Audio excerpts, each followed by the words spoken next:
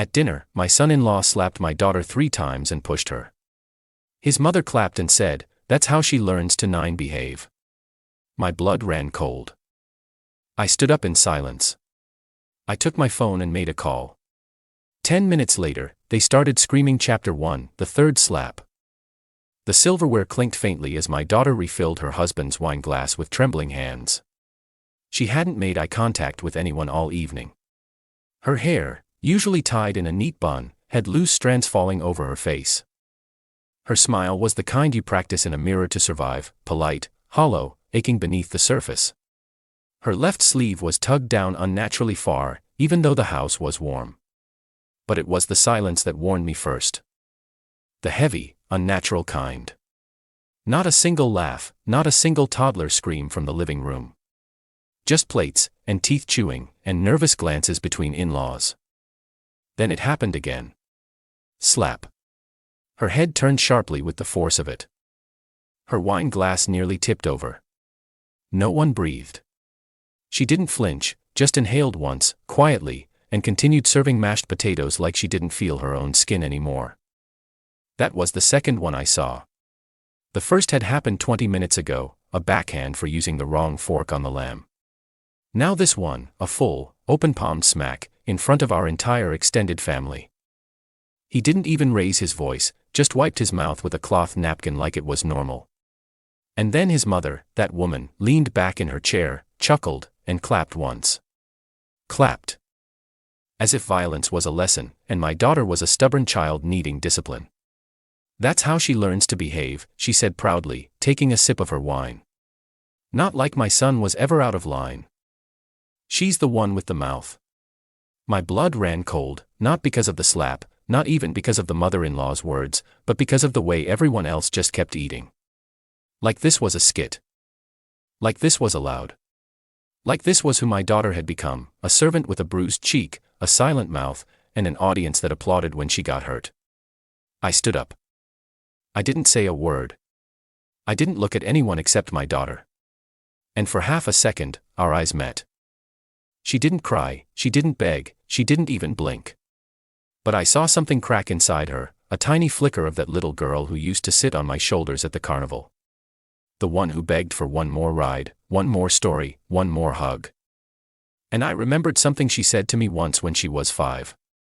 "Dad, don't let the monsters in the house." I took out my phone, walked calmly into the hallway, pressed a number I hadn't dialed in 11 years. The line rang once. Then a voice answered. "Is it time?" the man asked. I looked over my shoulder, heard another slap. The third one. My jaw clenched. I whispered. 10 minutes. Be ready." Then I hung up and walked back into the dining room. Silent. But with war in my chest. Chapter 2. Before the bruises. You don't notice the first crack in a glass until the light hits it just right. Looking back, I should have known. The first time I met Jason, my daughter's then fiancé, he shook my hand too hard, smiled too wide, and used words like "sir" with a kind of mockery in his tone, like he was playing a role and daring me to call him out on it. But she was glowing, laughing, telling stories about how they met during a leadership seminar. "He's confident, Dad," she said. "He knows what he wants." He also knew how to isolate what he wanted. Her. And I watched, month by month, as the colors faded from her. At first it was subtle. Her phone calls got shorter, her visits home less frequent. She stopped talking about work, or friends, or anything really, except how busy she was. How Jason didn't like when she stayed out late. How his mother had strong opinions about family. Then came the wedding. A lavish event at some lakeside mansion I couldn't afford. Her gown was white, but her eyes were tired. My toast was cut from the schedule last minute. Jason's mother, meanwhile, gave a speech that lasted 20 minutes, mostly about raising a real man and how women should know their role in a successful household. My wife, God rest her soul, leaned over during that speech and whispered, "He's going to bury our daughter, not marry her." We didn't know how right she was. After my wife passed, my daughter changed more. Her clothes got baggier, she stopped smiling with her teeth. Her hugs became lighter, like she was always half afraid of being watched, even in my arms. But she never said it, not once, not even when I begged her. "Is everything okay, sweetheart?" I'd ask.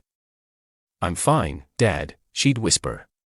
One time I noticed makeup caked under her right eye. Another time, a sprain on her wrist, she said, came from a car door. But I knew. Before the bruises ever showed, I knew. And I failed her. Because I waited for proof when I already had instinct. I told myself I couldn't interfere in her marriage, that she was an adult, that maybe it was just tension, stress, grief. But grief doesn't make someone afraid to laugh. It doesn't make someone flinch when you raise your hand to fix their hair. It doesn't make someone lie to protect a monster. So I stayed quiet. Until that dinner. Until that slap. Until the third one. And now. Now I wasn't waiting anymore. The countdown had started, and the people who thought they owned my daughter's silence were about to meet the men who taught her how to fight back. Chapter 3. The other dinner guest. The moment Jason's hand cracked across my daughter's cheek for the third time, something inside me went completely still. Not angry. Not shocked. Just still. But while every pair of eyes in that dining room darted to my daughter, red, trembling, shrinking, mine moved past her, toward the staircase. Because someone else had heard it. Someone who wasn't supposed to. A small shadow shifted, barely visible, standing halfway down the steps that led to the second floor. My grandson, 4 years old, barefoot. Holding the stuffed blue dinosaur I bought him last Christmas. Jason didn't see him. Neither did Jason's mother. Too busy smirking like she'd just watched a dog being trained. But I saw him. And in that second, he was the real victim in the room. Children don't understand the politics of abuse. Children only understand tone, fear, volume. The boy looked at his mother, my daughter, and she shook her head so slightly it barely counted as movement. But he understood the message. Don't come down. Don't get hurt. He shrank into the shadows again, but not fast enough. Jason's mother noticed. "Well, look at that," she said with a grin. The boy finally learned not to interfere. Not to interfere, as if he'd tried before. As if he'd been punished for it. My blood turned to fire. I stood slowly, pushing my chair back with a low scrape of wood against tile. Jason scoffed. "Sit down, old man. This is a family matter." "No," I said quietly. "A family matter is when people act like family." He rolled his sleeves back like he was preparing to teach me respect.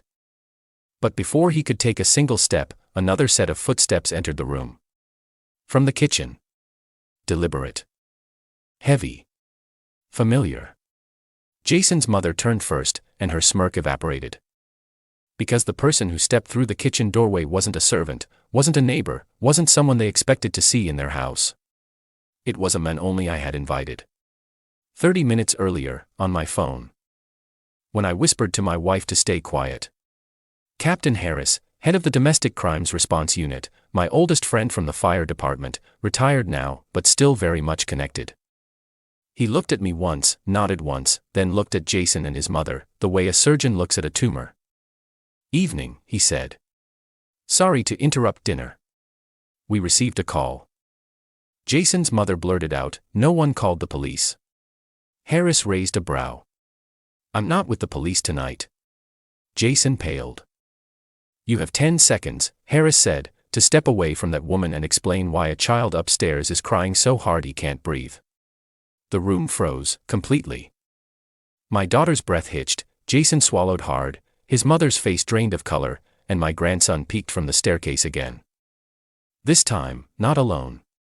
Behind him stood another silhouette, taller, heavier. Someone I prayed I'd never need tonight but brought anyway.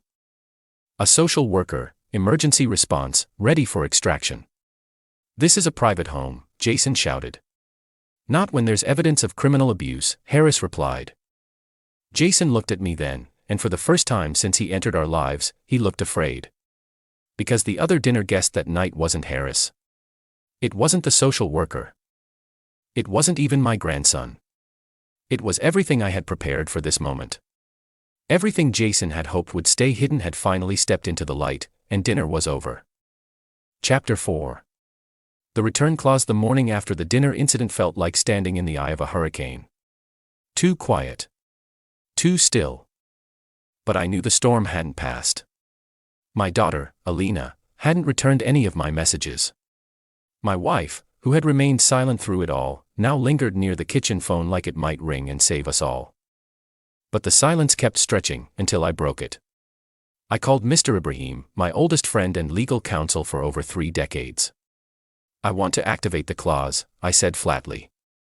Which one? The return clause in the dowry deed, the one they all forgot, existed.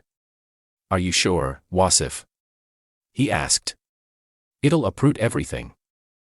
Good. Let them feel what being uprooted means. 12 years earlier, the forgotten line in the dowry.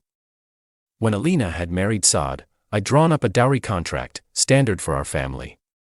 But buried within it, at my insistence, was one sentence that Saad's family never noticed. In the event of sustained domestic cruelty proven or observed by the bride's blood relatives, all listed marital assets revert to the bride's father for protective stewardship. It had been a lesson I learned the hard way with my own sister, who died before she could escape her husband's fists. I vowed never again. Present day. The clause comes to life. Within 24 hours, Mr. Ibrahim filed the petition. Within 48 hours, the court issued an emergency hearing. And within 72 hours, a legal notice was delivered to Saad and his family. You are required to present proof that the bride has not been subjected to repeated domestic violence. Failure to do so will result in immediate asset reversion and removal of custody rights. They didn't see it coming. The family's reaction. Saad's father showed up at my gate, shaking with rage, barking accusations. His mother called Alina a liar. But I didn't speak. I simply handed them a copy of the contract they had signed a dozen years ago. With their fingerprints and signatures in bold, black ink, Saad's mother went pale. His father stammered. And Alina. That evening, she arrived at our home, alone, carrying a bag. Her face was still healing, but her eyes. They were awake now. Dad. She whispered, tears running freely. I read the contract last night. I never knew you protected me, even when I didn't ask. I didn't say anything. I just pulled her into my arms, like when she was 5 and afraid of thunder. But this time, I was the storm. Chapter 5. The courtroom and the cradle. The courtroom and the cradle. The courtroom was silent, except for the echo of polished shoes across marble tiles. My daughter sat beside me, veil drawn, hands clenched in her lap. Her bruises had faded. But not the trauma. Not the memory of 3 slaps across her dignity. Or a mother-in-law's applause for abuse. Today, we weren't here just for justice. We were here for something far greater. Restoration. A father's statement. When it was my turn to speak, I didn't carry notes. I didn't need them. Your Honor, I said calmly. My daughter once cradled their son in her arms and whispered lullabies in the dark. While she cooked, cleaned, and kept quiet, they called it tradition. When she was struck, they called it discipline. But now, as her father, I call it what it truly is. Cruelty masked as culture. And that cradle, the one her son still sleeps in, I built it with my own hands. I didn't carve that wood so it could rock under a roof where screams echo. Gasps rippled through the gallery. I didn't waver. The evidence that ended everything. Mr. Ibrahim rose methodical as always, and placed 2 items on the bench. The original dowry contract with the return clause signed and notarized. Now activated, a USB drive containing audio recordings. Screaming, weeping, and Saad's voice mocking her pain. He told her, Mr. Ibrahim read, "You can leave if you want. You're just a guest here." The judge stiffened. Even the defense attorney closed his folder in defeat. The verdict. In accordance with the clause, the judge declared, all marital assets revert to the bride's father as protective trustee. Full custody of the child is awarded to the mother under paternal guardianship until further notice. A no-contact order is issued against the husband and his parents. The room exploded in murmurs. Saad tried to stand to shout, but 2 bailiffs were already beside him.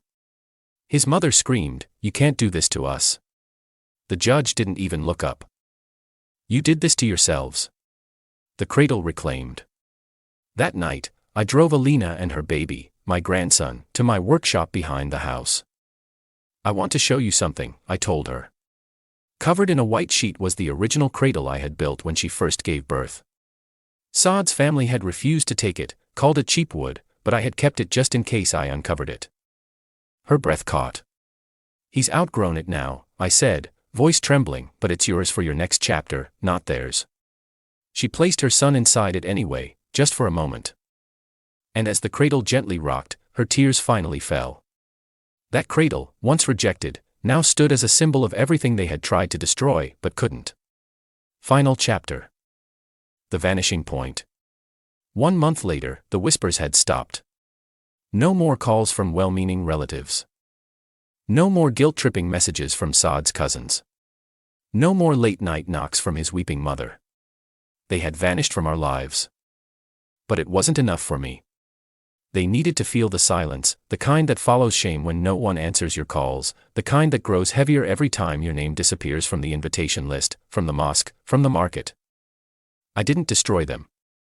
I erased them. The final visit I returned once, just once, to the house Saad's family once mocked me in. The home they took over. The dining table where she was slapped. The very chair I stood from when I made the call that shattered their pride. I arrived unannounced, a black envelope in my hand. Saad's mother opened the door, still in denial. "You have no right." "I'm not here to argue," I said quietly, "just to return this." I placed the envelope on the threshold. She looked down, hesitated, opened it. Inside was a single sheet of paper, effective immediately. "All ties are severed. Your name has been removed from every record. There will be no further contact, not even photos, not even memories. You are the last generation of your name in this bloodline. The cradle was reclaimed. The child will never know you." She fell to her knees. I walked away. The vanishing point weeks passed. My daughter started smiling again. Her son started babbling again. One evening while we sat on the porch, Alina asked softly, "Dad, why didn't you shout that day at dinner when Saad hit me?" I turned to her. "Because revenge isn't always loud," I said. "Sometimes it's just final." And behind us in the quiet of the house, the old cradle rocked gently, empty now, but still standing, a reminder that we don't run from storms.